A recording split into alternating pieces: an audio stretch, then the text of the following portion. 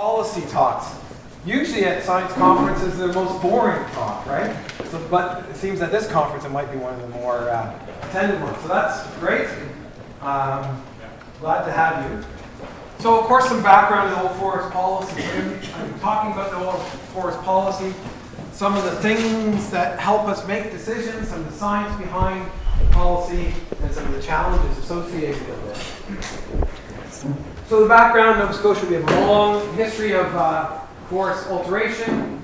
This has combined with the fact that a high percentage of private land, it leads to some challenges in terms of the conservation of old forests in the province.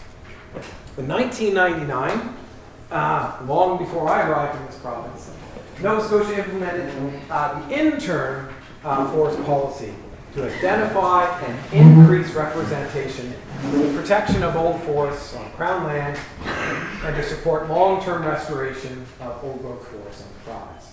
So the province has been concerned about old forests for a long time. Okay? So this initial policy, or the initial policy goals, were to consolidate the department's initiatives to maintain old forests in the landscape. So Nova Scotia government has somewhat of a complex system of departments and different people and different policies and different programs concerned with forest biodiversity, and our old forest policy, the initial goals were to try to put them together. So the primary goal is to set aside the best. So this is there's some key things that give a hint to the background of our policy and the direction that it has. So language about trying to set aside the best, that's important when our regional managers are making decisions about things. That trying to identify what is better is a challenge. So the best remaining old forests and old forest restoration opportunities. We saw that through a number of talks today and Friday, that opportunities for old forest restoration are important as well. Okay? And we're looking at opportunities to address gaps in the old forest representation within existing protected area system. Okay? So that's a key thing. Trying to identify the best, addressing gaps in representation in the protected areas. That was a foundation of sort of our policy. Okay? So this initial policy, our initial policy goal was to commit to 8% of old forests in our 38 eco-districts. So Nova Scotia uses an ecological landscape classification. We have ecoregions, 9 of them in the province, and we have 39 eco-districts in the province. Okay, so a subunit based on climate and landform. Okay, so we're looking for 8% representation of old forests in those eco-districts.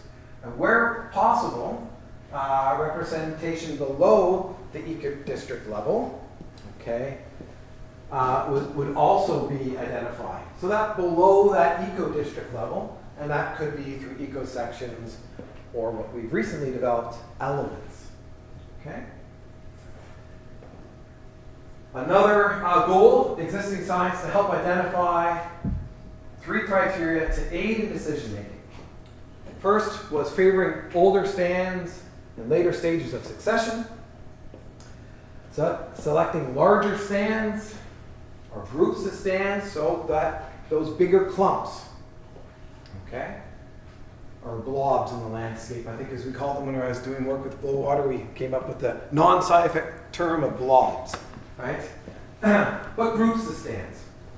And then opting for stands with higher proportions of climax species. So even in 1999, these key foundations lead to what we ended up with a policy later on.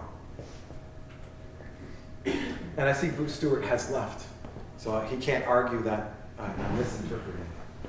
So the initial policy, we tried to identify in 2008, and this publication is available on our department website, kind of that initial status report. How is the old forest doing at that first initial policy assessment? So we started off with our first assessment. We had 176,000 hectares of old forests in reserve lands. And we define reserve lands as legally designated protected areas and policy protected areas. Okay? So these reserve lands, 176, and then 39,000 hectares on Crown lands were selected by IRM teams. So IRM stands for Integrated Resource Management Teams, and we have some in the audience that are part of our IRM teams that actually did the selection of those. So if we go back before, first we want to try to find the best. We wanted to try to identify what's in protected areas. So that's what's in protected areas. And then select the best restoration opportunities, and that's what this step was about.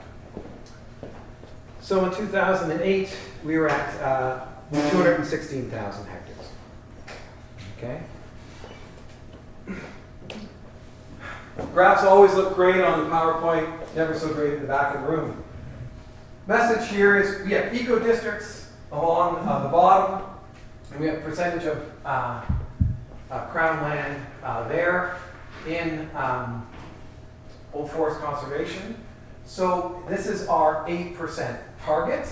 And we can see that in 2008, we had a number of eco-districts that were well represented in terms of old forest policy, and there were a few that were below the 8% target. Okay? So things move at a rapid pace in government, right? Sorry. Apologize. Deputy Minister.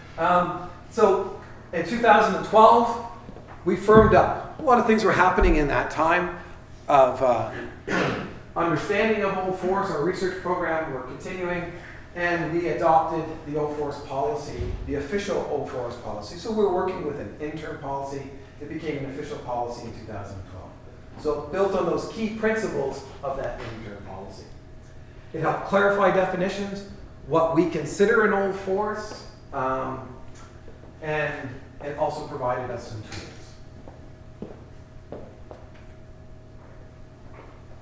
Just looking at my clock. There we are. Okay. Great. So the old forest policy, it defines what we identify as climatic species for old growth forests.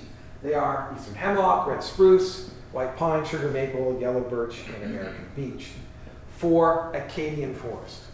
And then in the boreal forest of Nova Scotia, or growing limited sites, we also consider balsam fir, red maple, and black spruce on those sites, okay, as old growth species. So if you happen to catch Peter Dunker's talk, if you move to that in the afternoon, he will make a term saying the old growth 6, the province is old growth 6. I don't know where he came up with that term, but that's what he means, is that these 6 species here, okay? So old growth, we came up with a definition. There are times when it's difficult to define old growth, and is this definition the best? Can we port it out to other places? The answer is we have different values and different understanding of what old growth is. Operationally, so in science, we can explore all those from an applied science or from a social science aspect. There are different meanings for old growth. But from a forest management perspective, we need some numbers or a line to say that this is old growth or that is not. And so this is where we decided to come up with a definition.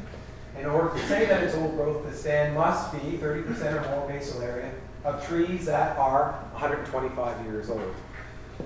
So that was based on some research and science in this region to identify that this might be when old growth across different communities are reaching that old growth rate. Okay?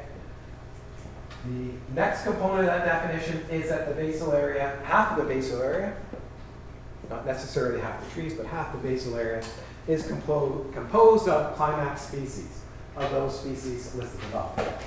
Okay? And then it has canopy closure of at least 30%. So that's our definition of Old Forest. So that was important. So what are the objectives of the Old Forest policy? Again, more words, but in policy, words are important. It's not just a flowery way to say something. It has meaning towards how we make decisions. Remember, policy is not legislation. Policy is meant to derive consistent management decisions across the nation. Okay? So that's what these words do. So identify and conserve old forests and the best old forest restoration opportunity on public land. Okay? So our old forest policy, a couple of things there, it applies to crown or public land.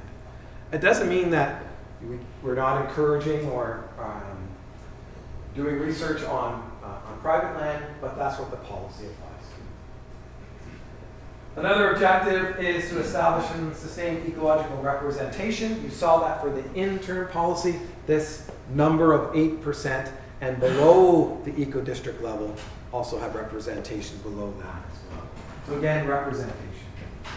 To provide social, recreation, economic, educational opportunities for old forests. We saw in our talks earlier today the importance of having people in our forests. I was very pleased to hear that. That is part of the policy as well, is to educate and encourage people to explore and study and research old forests. Provide direction and procedures for integrated resource managers to make decisions involving old forest values. Okay? And establish a spatial database for old forests. So some nitty-gritties in terms of the old forest policy. It applies to forested land, primarily the provincial lands, the Crown land, and the protected areas. But we also included the 3 national parks. Wasn't that good that we did? Okay. So we don't include all federal land, just because we think it seemed to make sense in terms of long-term forest restoration opportunities to focus on the parks as well. Some key responsibilities. My colleagues from regional services will be happy to see this, and they know this very well.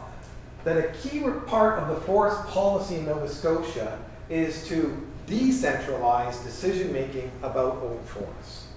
Okay? It is a regional team, so the regional managers, we have 3 regions in the province, Western, Central, and Eastern. And those regional managers with their team are it's their responsibility for the selection and decisions about old forest policy. Okay, so that's a key part of our policy.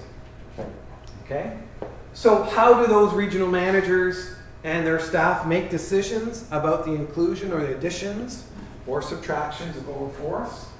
They look at first the selection of old growth forests, so I'm using the short form OGF for old growth forests, in protected areas, PA.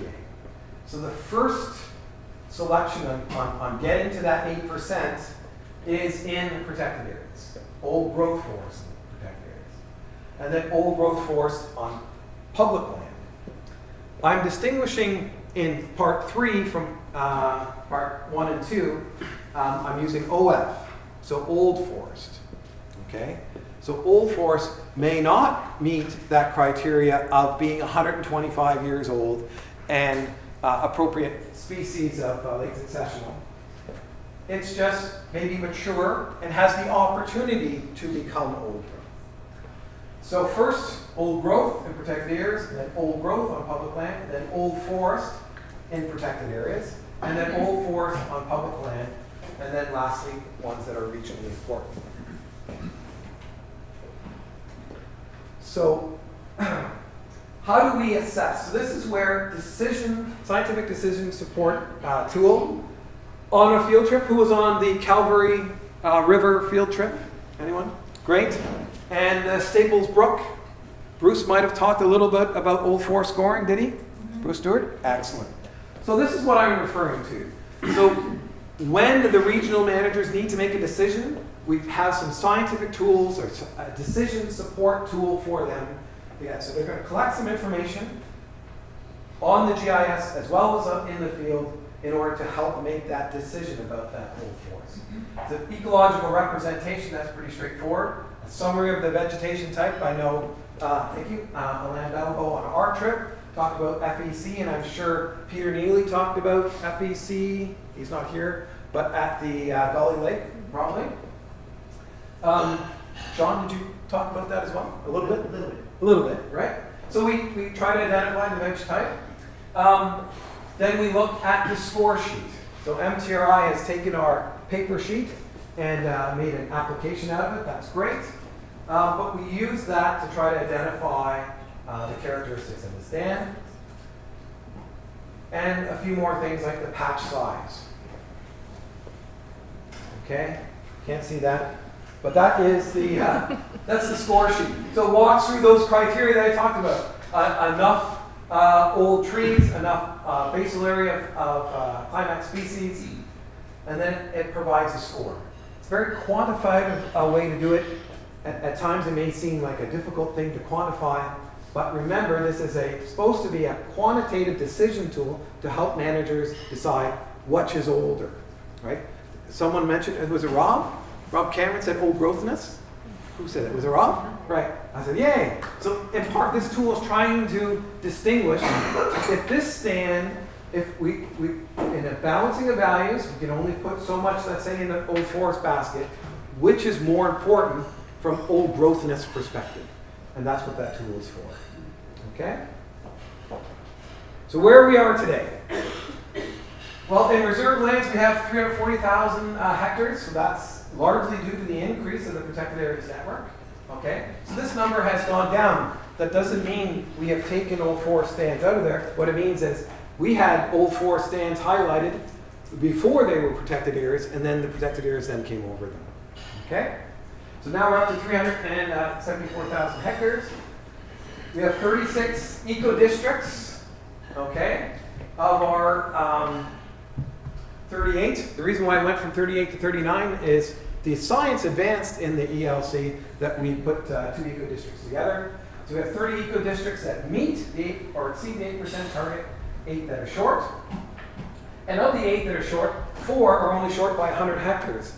So regional staff just has a little bit of work to do on filling those extra gaps. Okay, that's what I said there. Okay, and this is based on the current protected area system as of January 2016. Okay?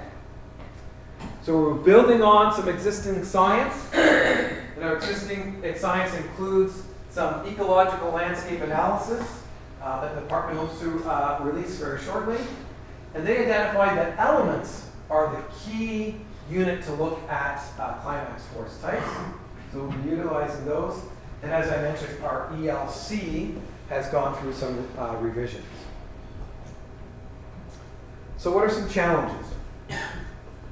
Well, we're still working on a definitive mapping database to be shared. Right now, the old forest layer is available on our provincial viewer.